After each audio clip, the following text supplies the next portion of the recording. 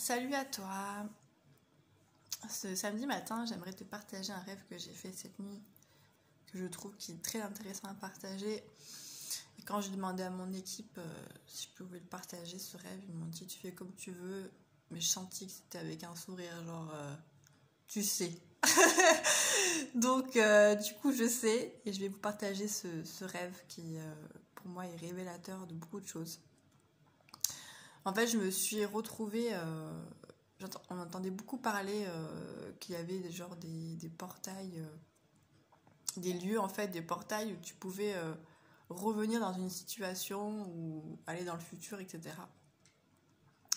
Et du coup, moi j'avais entendu parler de ça par une personne, et en fait c'était des choses très cachées que certaines personnes savaient, deux personnes. Et du coup, cette personne me donne l'adresse du lieu. C'était très caché, c'était dans un genre d'hangar abandonné et tout. Et il y avait une petite pièce en fait. Et je me souviens que j'avais un genre de voile ici pour pas qu'on me reconnaisse. Et je voyais des gens qui sortaient de cette pièce, tu vois, qui venaient d'autres pays, d'autres époques et tout, trop bizarre. Et donc je vais là et tout, et puis en fait on te donne un espèce de ticket pour que tu as bien validé ce truc de l'entrée et tout. Et moi j'ai dit mais il y a un truc qui va pas, je le sens pas ce truc, il y a un truc qui va pas, il y a un truc qui va pas et tout. Et moi j'ai dit mais en fait est-ce que j'ai vraiment besoin de revenir dans le passé pour changer quoi que ce soit? Et en fait je me suis dit bah non, ça s'est passé, maintenant il faut accepter. Et, euh, et en fait ben j'ai voulu sortir du truc, sauf que en fait la sortie où j'étais rentrée n'était plus était fermée. Je me suis retrouvée dans l'espèce d'escalator, en fait, où plein de gens, un immense lieu, hyper moderne, hyper technologique, où les gens, ils montaient, ils descendaient, il y avait plein de monde de différents âges, mais beaucoup des jeunes quand même, je dirais âgés de 18 à 35 ans facile, il y avait beaucoup de jeunes comme ça. Et je me suis dit, mais putain, qu'est-ce que c'est que ce truc? Comment je vais faire pour sortir de là maintenant?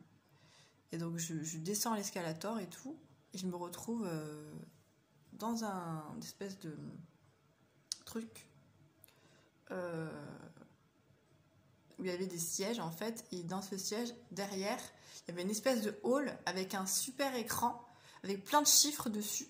Et cet écran-là, il parlait en fait. C'est une technologie. Et, et en fait, à côté de ce banc, les gens qui voulaient sortir, ils devaient s'asseoir sur ce banc. Et en fait, on nous explique que dans 3 secondes, on va nous faire oublier le lieu, pourquoi on est venu là, etc. Enfin, un truc trop bizarre. Et moi, dans ma poche, je sors des espèces de tickets que j'avais pris, en fait, où c'était que des heures miroirs, 30, 30, 20, 20, enfin des trucs comme ça. Je me dis, qu'est-ce que c'est que ça?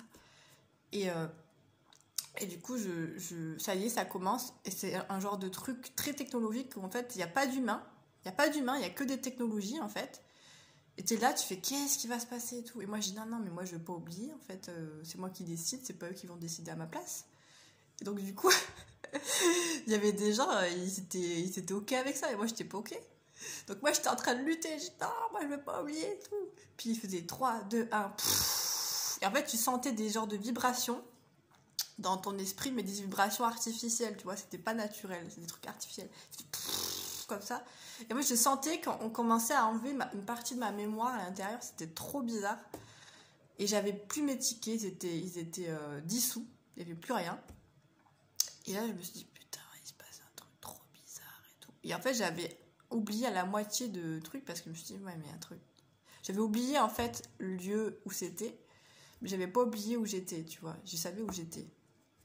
Et du coup, je regardais les gens comme ça. Ils étaient tous un peu bizarres, tu vois. Pas de réaction, un peu sans émotion. C'est étrange.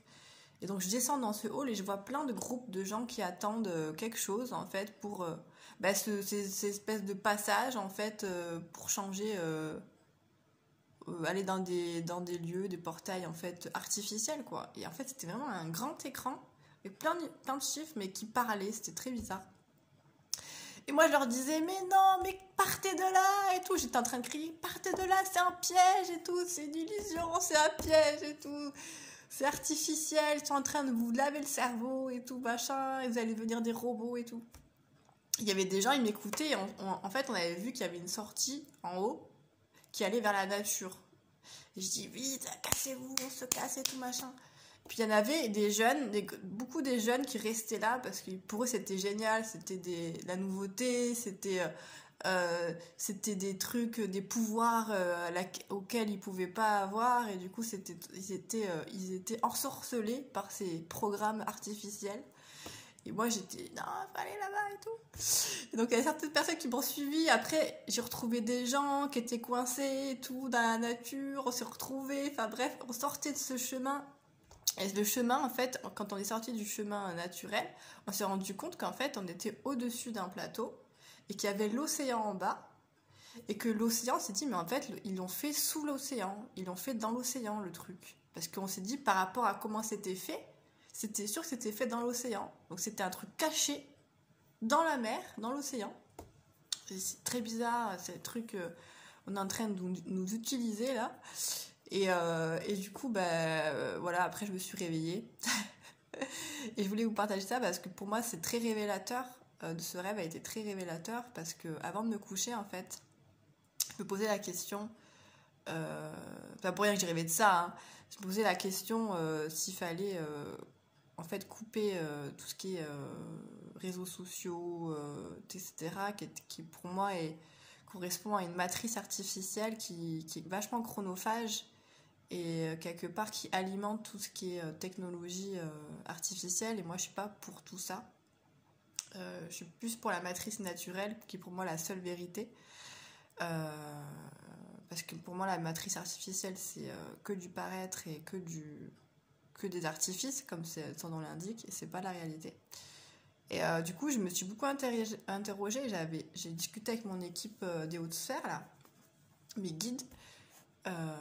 Ils m'ont dit ouais, je comprends et tout, qu'ils comprennent très bien ma position, mais ils m'ont suggéré que, en fait, ils m'ont fait comprendre qu'en fait c'était bien d'imprégner cette matrice artificielle justement, notamment les gens qui ont cette conscience que la vérité c'est pas la truc artificiel, c'est la nature. Et d'ailleurs je vais faire un lien avec moi ce que je ressens, parce qu'aujourd'hui on parle beaucoup de la civilisation atlante qui est en train de revenir dans les esprits des gens, etc. C'est pas du tout un mythe, ça a vraiment existé. On entend beaucoup de choses par rapport à cette civilisation atlante. Moi, de ce que je ressens, de ce que je reçois comme information, ça n'a rien à voir avec les technologies qu'on nous dise.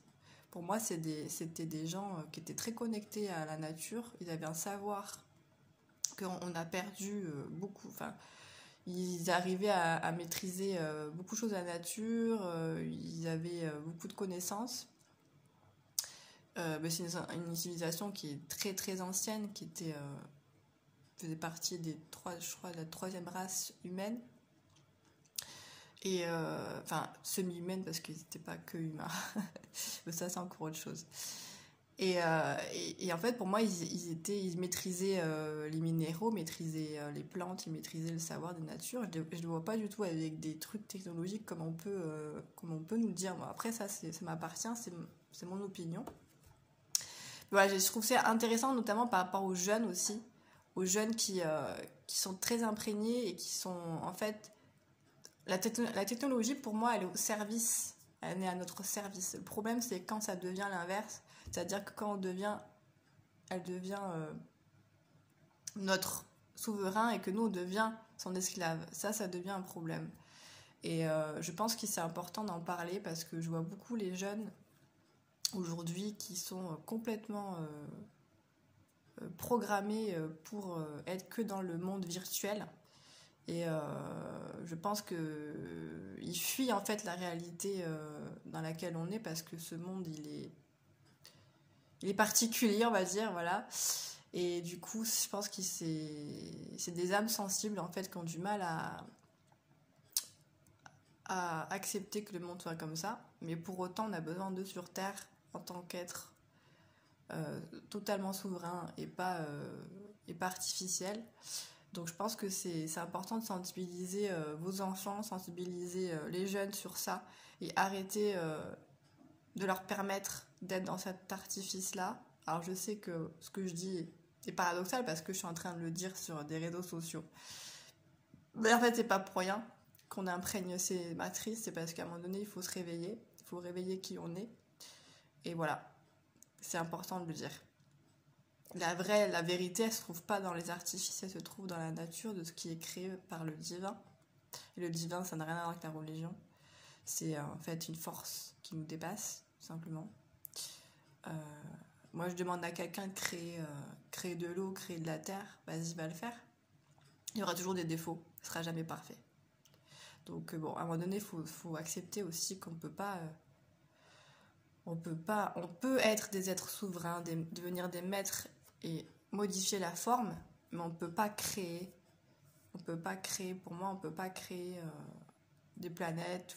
Pour moi, c'est de l'ordre du divin. Il faut déjà avoir fait beaucoup de chemin pour faire ça. Voilà, bon, je te laisse sur ça parce que c'était très frais. J'avais besoin de le partager avant que j'oublie ce rêve. Voilà. Belle journée à toi, salut!